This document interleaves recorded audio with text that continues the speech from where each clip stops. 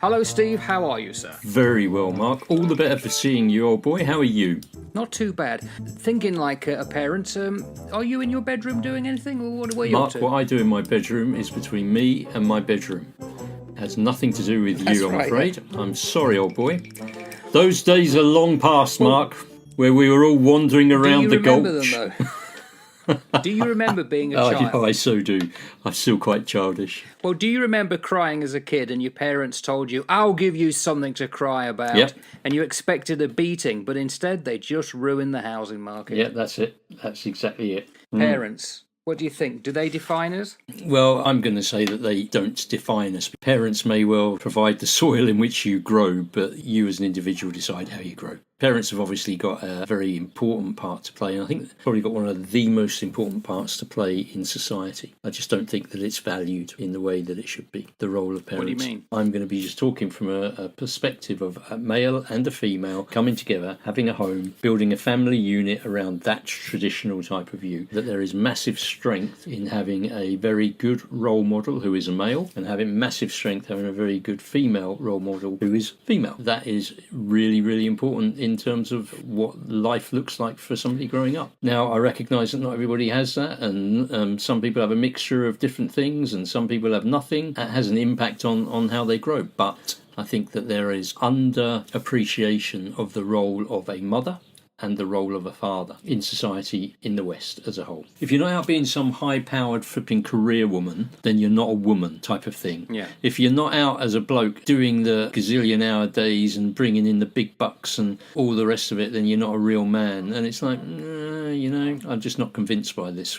I've lived long enough to be able to see far enough back to be able to reflect on a lot of stuff. Now, there's people that have lived a lot longer than me, and there's people that have not lived as long as me. But I have got sufficient flipping skin in the game to be able to reflect on this and say to you, yeah, that works really well, that doesn't work as well, and that's just a complete cluster. The question is, do your parents define you? I don't think they do. Parents shape you, but in what ways do they define us? DNA. Yeah, of course. We get our DNA from our parents, they get some from their parents ad infinitum. There's this wonderful video that I'm currently showing the students I teach in social studies because we're looking at ancestry and background. And Ancestor.com has these group of people in Britain who are all convinced that they're superior. So you get the white Londoner, and you get the Kurdish refugee, and you get the Icelandic guy. They're all saying pretty much, you can't tell me, I know I'm this background, and blah, blah, blah. And they agree to do their DNA, and it turns out that the English guy, who said, no, I'm English to the core, and by the way, I can't stand Germans, is 5% German. Like probably most English would be. Exactly. But you are defined by that DNA. You can't help that. That's if you're going to be born, you're going to have it. What else? When you're looking at being defined by your DNA, so that's like the epigenetic sort of research, isn't it? But those innate temperament traits that might come out of being fed in through your DNA, well, the parents may shape the expression of innate temperament traits that are in the DNA, but they don't determine the existence of that tendency. No. You're almost given the Platonic Euthyphro argument, which is something pious I thought because I was. the gods say it's pious, or is it pious because it in itself is pious? So does the DNA have any effect on us, or is it the parents shaping what is preternatural to you? You're still going to have your parents moulding and forming you. Yeah, so is that what you mean? That type of thing. I think that your parental interactions, they don't necessarily determine the identity the way that you are, but they will certainly shape the foundational templates for the way that you do certain things, like your emotional trust, the way that you build relationships, all of that sort of stuff. Whether you're secure, whether you're anxious, and all of those types of things, they can probably be traced to parenting patterns. Now, there might be some genetic predisposition. Even if there is, I still think it comes down to choice, Yeah, because my family has a long history of cholesterol. Yeah. But that doesn't mean, unlike a lot of family members, I'm going to eat the wrong foods and live the wrong lifestyle. No. So the DNA doesn't mean just because your past parents and folks were living a lifestyle that took no regard of that and possibly passed on early in life because of the wrong choices of the foods and the drinks they're having, doesn't mean you have to do that. So the DNA has an effect to a certain extent. Your parents should be the primary agents for your socialization, transmitting stuff down to you. What are the norms? What are the values? What language do we speak? What's the moral framework that we work in? Those are things which certainly they will influence your life. Yeah, so culture, their sayings, their outlook. That's right. What their expectations are, how they feed into you as an individualist. But you can take it or leave it in terms of once you get to a certain age, they may well be pressed on you for all of your life. But then you get to a certain point where you can go, I'm now thinking about all of this, all of the way that you have structured this moral framework around me. And I've decided I'm going to step out from it because I don't agree with it. They may act as that primary agent. It doesn't mean to say it's determined. No, and I think personally, for myself, I stepped out of it quite young, probably when I was 6 or 7. You're right, and I would have been very young as well. Often people today use that as an excuse. This is just the way that I was brought up. No, you're a big boy now. You can start to make your own choices. Oh, it's just the way I've always been. Might well have been, but you can make your own choices if you choose to. Bourdieu's concept of habitus, where parents pass on their social capital, economic capital, cultural capital, habits, tastes, ways of seeing the world, which creates this habitus that inclines children towards certain life paths or life ways. Now, whether that's right or not, I don't know. I would say I think that it's not deterministic. I'd say, yes, it might be indicative of the apple doesn't fall far from the tree sometimes, perhaps. You can be your own person. Get to a certain age, you make your own choices, you make your own mess, clear it up. Can't blame your parents for everything. Well, it's like that saying, isn't it? You can pick your friends, you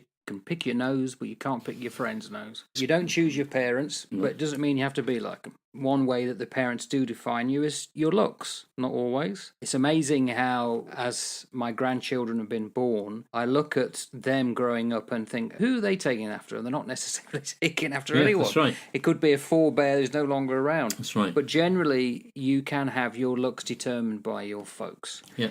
I think it's become something in the modern era. So many people seem to fret over their looks, not accepting what they are. Oh, well, gosh. Where in society today do you accept what you are? Where do you come across people in the course of your everyday life and you say to them, how's everything going for you? Everything like, oh, yeah, well, it could be better, could have this, could do with that, could do with the other. How many people do you ever come across who actually go, mate, everything's fantastic, sweet. Couldn't ask for anything, don't want for anything, really happy. Happy with the way I look, happy with my life, happy with my wife, happy with my kids, happy with everything around me. That's great. You said it last week. Oh, yeah. Apart from me, Mark, I am one of the minority. I am the minority. We're not wired for contentment. We're wired for more. We do want more. And historically, the generation growing up cognitively has been better than the previous one. Until this current generation, supposedly. And there's now evidence that it's the first time that this current iteration of children coming through, probably around about the 13, 14, 15-year-olds, are not cognitive the same as their parents, and it's all because of digital. Yeah. Well, it sort of goes back to the conversation that we were having offline before we started. The digital age is lulling everybody into this sense of sheeple, where people will just follow and go along. Tell them something, okay then, nod, and off they go. Phone in their hands. As long as they've got their phone, as long as they can be entertained, you can dumb them into imbecility. We can and we have. There we go. They can define you in that sort of formative role around faith. I think it was Hitchens who talks, if you come from a Christian family, you're going to be Christian. And I don't think that that's correct at all. I think that what you might have a leaning towards it until you can get to the point where you can think about it and explore and ask questions, then it's your choice. But you can certainly transmit those sort of values down just the same way as you can transmit any other moral framework. Your parents will be significant influences in that environment. This is something that I've thought about all my life. So anyone listening who knew me in the Navy especially, or in publishing, as a child, my parents and my stepfather were the most atheist people you'll ever come across. Yeah. And yet, as a child, I was not sent to church as such. I went to Sunday school, and when we was on the Charybdis, we were both interested in the Bible, and we're certainly interested in it now. But I've always been interested in it. None of my family, none of them ever have been. I think my grandmother, my mum's mum, because I remember she had a very big Victorian Bible that was quite common in most households, black and white lithographs. Yeah. It was magnificent. Yeah. But no one else. And she, I don't think I would have said she had faith, but she had grown up where it was expected. In fact, I think she was probably the last generation that for her and her generation, God was always in the corner. Yeah. But that went with my parents. So I don't know why I am that way. I must have been influenced somewhere. I've got absolutely no doubt, and that influence may well carry through the genetics. And if you were to sort of spiritualize it, then you would say, hey, you may have had praying great grandfathers, great grandparents, great grandmother, whatever it was, and they would be praying for their generations. From a faith perspective, I wouldn't just pray for my mum, my dad, my brother, my sister, my family around me now. I'd be praying for my children and my children's children and their children and their children and the generations that flow from them. And if, depending on how you view the timeline of time itself and eternity, well, and if you do believe that there is a God out there, then the prayer that I pray here will be as equally valid 1,000 years in terms of my generation. And yet that person tracking back may have had no input. But I've been praying here for the generations to come and that God would intervene here. And so who knows? That could spark just a general interest. My wife was the same, Her mum and dad didn't go to a church. They didn't do anything like that. But she gravitated towards a little church when she was a kid. And she's always had a God thing in her mind, a pull towards it. She came from a family that completely against it. It's interesting, isn't it? It is interesting because, well, obviously, you would assume we're talking about our physical parents, but we're not all physical, are we? No, not always. You have agency. They may define your bodily appearance or whatever, but that doesn't mean that they define you as you. You have agency, or you should. And specifically why is because whereas the past may be good, isn't always good. And therefore, whatever trauma the past has had, that should not affect you. That should not be something that you carry forward. It tends to, of course, until you learn, if you ever learn to get rid of it or to recognize it. But the past and your parents shouldn't affect you because that's saying you've got no choices to make for yourself, and you have. Yep, that is a cop-out to say that my parents, because of this and that and the other, I've got no choice. You've always got choice, always. As I said right at the very beginning, the parents may well provide the soil, but it's down to the individual to decide what actually grows. That soil, it may have been laid down for you. Now you're in the soil. Now you determine what's going to grow in that soil. Are you going to allow a load of weeds to grow in it, or are you going to actually plant something that's of value in there? Another way of looking at it would be, your parents may shape the beginning of the story. You as an author know this. They may shape the beginning of the story, but they do not write the whole book. No. And you have to determine that. Sometimes that choice is lost on people today for whatever reason. I'm not sure why. Maybe it's because we've come into this victimhood society where it's all about me and therefore I have every right but I have no responsibility, where you do have a responsibility to the state, the people that are around you, whether it's your work, whether it's your workmates. You have a responsibility to live within the law, to pay your taxes. You have a responsibility for all these flipping things. So whether you think you don't is completely immaterial, and you need to actually grow up, grow a pair and take responsibility. You so do. We're in a world in which people seem to be playing grudgeopoly It's ridiculous. day in, day out, and all what they want to do is blame someone else. And you see this sadly in media, where it's always painting the opposite point of view as wrong and disreputable, even evil, and it's pathetic. So people are going to follow suit. Yeah, they do. And it is absolute nonsense. There is no doubt, life experiences will shape you, particularly in your formative years. They will warp your view on things, but that doesn't have to stay that way. It can always be amended. Your personal choices are the thing that's going to shape you most, what you choose to do with it. I had times in my young life desperately unhappy for various reasons, and I made a choice when I was little. I'm not going to be this way later. Or when I find myself in a situation like this, I'm not going to do that. And I didn't. Now, I did loads of other things that I shouldn't have done, and I made crap choices in loads of other areas, but those are the ones which I wanted to correct, they were sorted out. But then I made other mistakes which my kids will look at and they will go, yeah, Dad didn't do so well there, I don't want to be like that, so they'll correct that, but then they'll make their own mistakes. Be better than those before. Yeah, to identify certain things in those before. So my father's father drank too much and he used to get violent. And so my father never drank too much and he never got violent. He saw things that went before. And that's just one example of how you can be better in terms of the way that you express certain things. I look at my parents and I think to myself, am I better than them? I'm better in certain areas, but am I a better person than them? I'm probably not. But I have certainly improved in the areas that I thought that they didn't do so well in. But if you were to take a straw poll overall, I'd probably have to say, no, they're probably better people than me, ultimately. You're like Socrates. Your parents don't define you because you must evolve.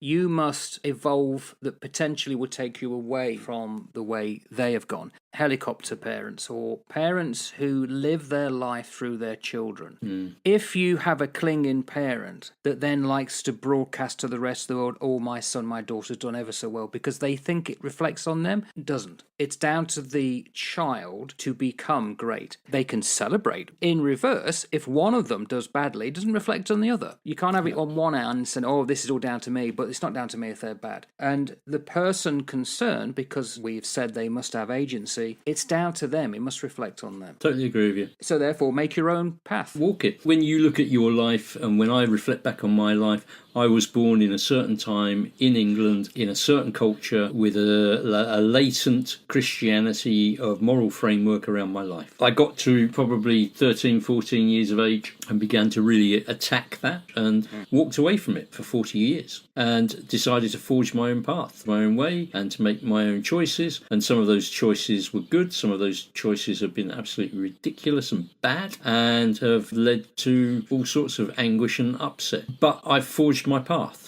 Highs and the lows, and onto a plateau really where I can say, you know what, I've got a better understanding of not only who I am but what things are meant to be about. That's shaped me and moulded me. But you only have two choices: do it or don't. And your choices should be yours. Do what you want to do. So many parents seem to decide what the child's going to do in life. You can give them a hand up and encourage them to start, but you shouldn't be the one who decides you're going to do this path. You're right, you shouldn't. There's a lovely little proverb in the Bible that says, train up the child in the way that he should go, and when he's old he will not depart from it. And when you look at that, train up the child in the way he should go, that's not your way, that's his way. So when he has a leaning and a skill and an inherent tendency towards something, let's say it's art, let's say it's music, let's say it's some other form of building or whatever it might be, then train him up in his way, encourage that strength, encourage that growth. And because when he's old, he won't depart from it. That will be something that really is strong in his life. It's ancient wisdom. I never learnt it until my kids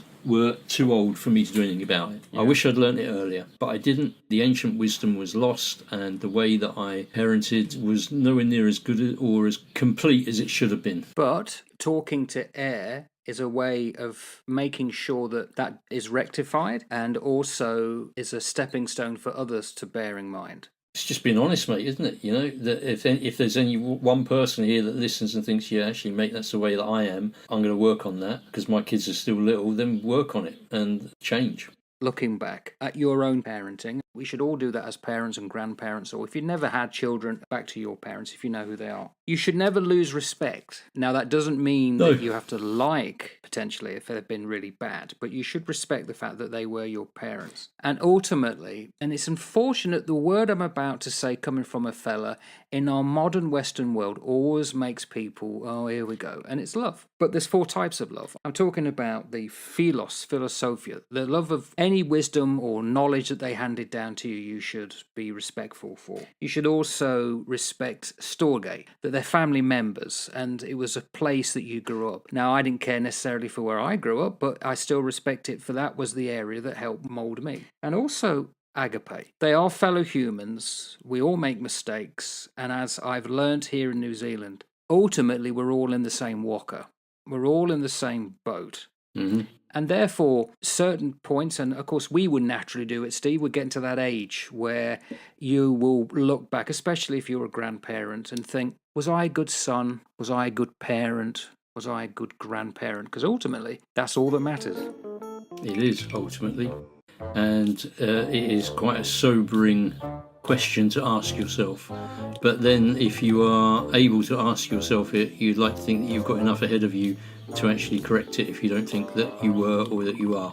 It can always be amended. The course correction can always happen. Doesn't matter how old you get. To sum up then, do your parents define you?